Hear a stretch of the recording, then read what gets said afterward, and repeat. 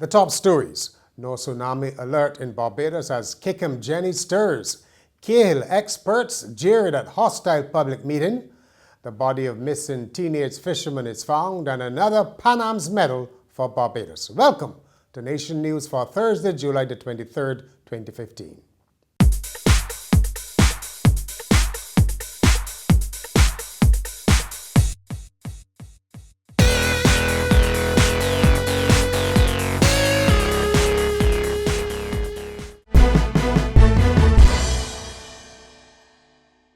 The dangerous Kikum Jenny underwater volcano off Grenada is stirring, but any threat to Barbados is being downplayed by the authorities. An alert on the volcano was raised earlier by regional seismologists who say that recent activity suggests that an eruption may be imminent. But because Kikum Jenny sits roughly 6,000 feet below the surface of the Caribbean Sea, local officials say that the prospects of an accompanying tsunami are low and the country is not, repeat not, on a tsunami alert. The reassurance came during a news conference by the Department of Emergency Management. Residents had started to panic when the increased seismic activity was reported at the volcano, and the UWI's Seismic Research Center had issued an orange alert. Despite the alert, Acting Deputy Director of the Coastal Zone Management Unit, Lorna Innes, said there was no certainty that the volcano will erupt, and even then, Barbados is unlikely to be under a tsunami threat. Any movement, any major shift, it could even be a meteor, that falls into the sea that causes the water to begin moving. At this stage, we are not under a tsunami alert of any kind. The orange alert, as mentioned, is purely because of the increased seismic activity and the possibility of an eruption. Just remember that we are dealing with probabilities, and so when we say that there's the possibility of an eruption within 24 hours, it doesn't mean that that Kikum Jenny will erupt or that it will erupt within 24 hours either. These are all probabilities, and therefore over the next few hours, days, or weeks, as this orange alert remains, we want to be as vigilant as possible, because during that entire period, until the seismic activity returns to normal levels, there is the possibility of an eruption. Now, can the eruption cause a tsunami? Yes, but again, we're dealing with possibilities. And the dome of the volcano is in extremely deep water at this stage. Attorney General Adriel Brathwaite, who was at the news conference, also sought to reassure the public. None of us can advise you 100% what's going to happen 24 hours from now. That's the plain reality. But what we can tell you is that based on the science and based on the information available to us, that we believe that there's no need for the public to panic at this point in time. We will, of course, keep in contact with the Seismic Research Unit in Trinidad. We will call you back again if necessary. We will certainly contact the media, because we need to depend on you to distill accurate information to the public. And we talked earlier of panic. Well, let's hear now from some Barbadians on Kikum Jenny. My original concern was, making sure that we were in touch with it enough that if we had to close the restaurant and get the staff, home, that we would have given ourselves enough time for that. And that was my main concern. But I guess we just kept monitoring it, and everybody was kind of prepared that if we had to leave suddenly, that we would have been ready. So we had all the cars outside pretty much, and ready just in case. But right now, it got me shaking up because I don't know where to run, but there's nowhere to run. I think that people should be more sensitive about how to come into the sea, right? Watching the level, the water levels and things like that. So, you understand? I feel that everybody should be on a serious visual of the sea and of the coast and whatever, because, we don't want to scare anybody.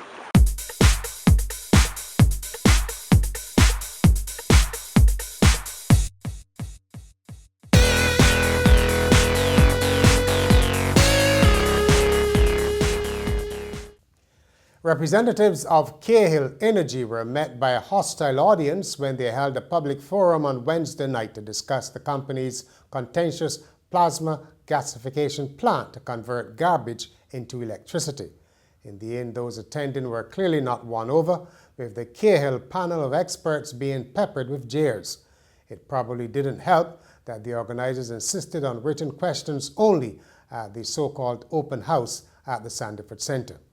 Responding to concerns raised about the safety of the waste-to-energy plant, Cahill CEO Claire Cowan said the company had studied similar plants around the world and did not find any health and safety issues. Furthermore, she said the approval from Cabinet was also an indication that government ministers thought the project to be safe. She also dismissed suggestions that the plant was a get-rich-quick scheme. At least 2 major attempts are said to be underway to block the proposed project earmarked for Vaucluse, one by environmental group Future Centre Trust and another by MP for the area, Cynthia Ford. There's no proper plan. Nobody in St. Thomas has seen that environmental impact assessment report. Nobody. I am sorry. We are rejecting it.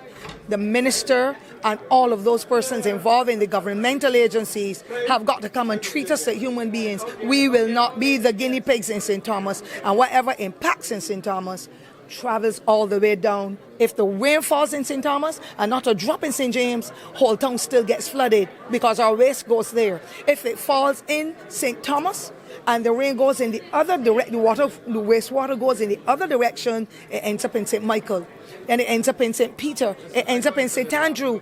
Simply because of the way that St. Thomas is structured, that plant will be on a high level where all those emissions will impact. And if there's any wind change, God help the poor people of St. Thomas, who all they have done is to have chosen to live there, or that their families brought them in that parish. We are sorry.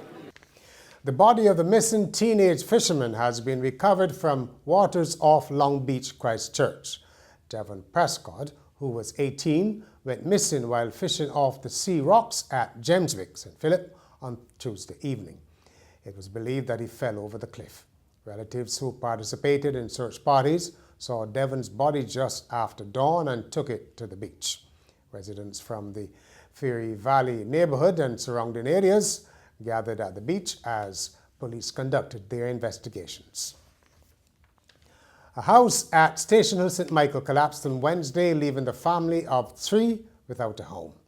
Sean Tudor and his 10-year-old son of the same name were at home when Dad heard a creaking sound and immediately sensed danger and shouted for his son. The house plummeted 8 feet from its props and crumpled into a heap.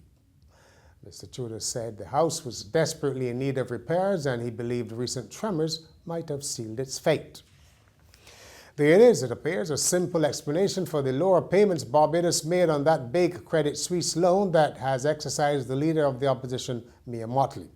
Ms. Mottley implying that Barbados may have fallen short on payments, which would be a very serious matter, questioned why $41.2 million was credited to Credit Suisse and not $88 million under the initial terms. In a release issued through GIS, Finance Minister Chris Sinclair explained that government benefited from what he called a positive performance provision clause in the agreement. He said that government did not break any contractual terms and once again called Ms. Mottley's comments reckless and damaging. Police are hunting for a man who opened fire on a group of young men who were selling akis on Belmont Road on Wednesday. The youngest of the group, 15-year-old DeMarco Depredine, was shot in the leg by the man who used a T-shirt to cover his face. The St. George Secondary School student was taken to the QEH for treatment. One young man who witnessed the incident involving his friends said the others had an argument with the man on Monday.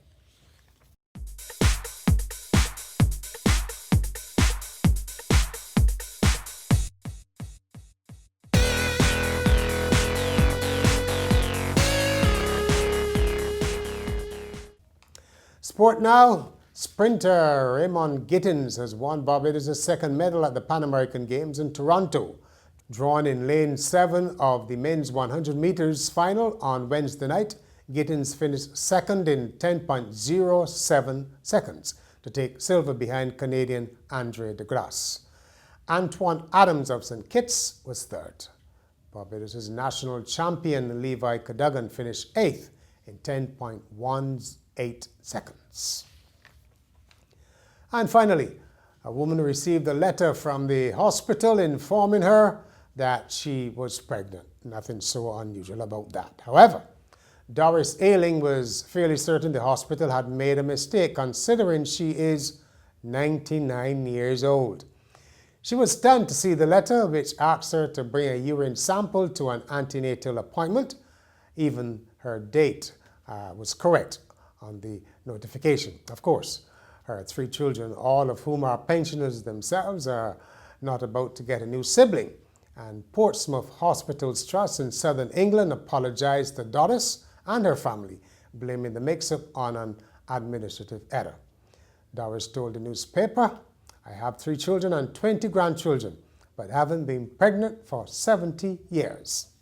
And that's Nation News for Thursday. For more, log on to nationnews.com, as well as YouTube, Facebook, and Twitter. And remember to pick up your Week in Nation on Friday or subscribe to our e-paper.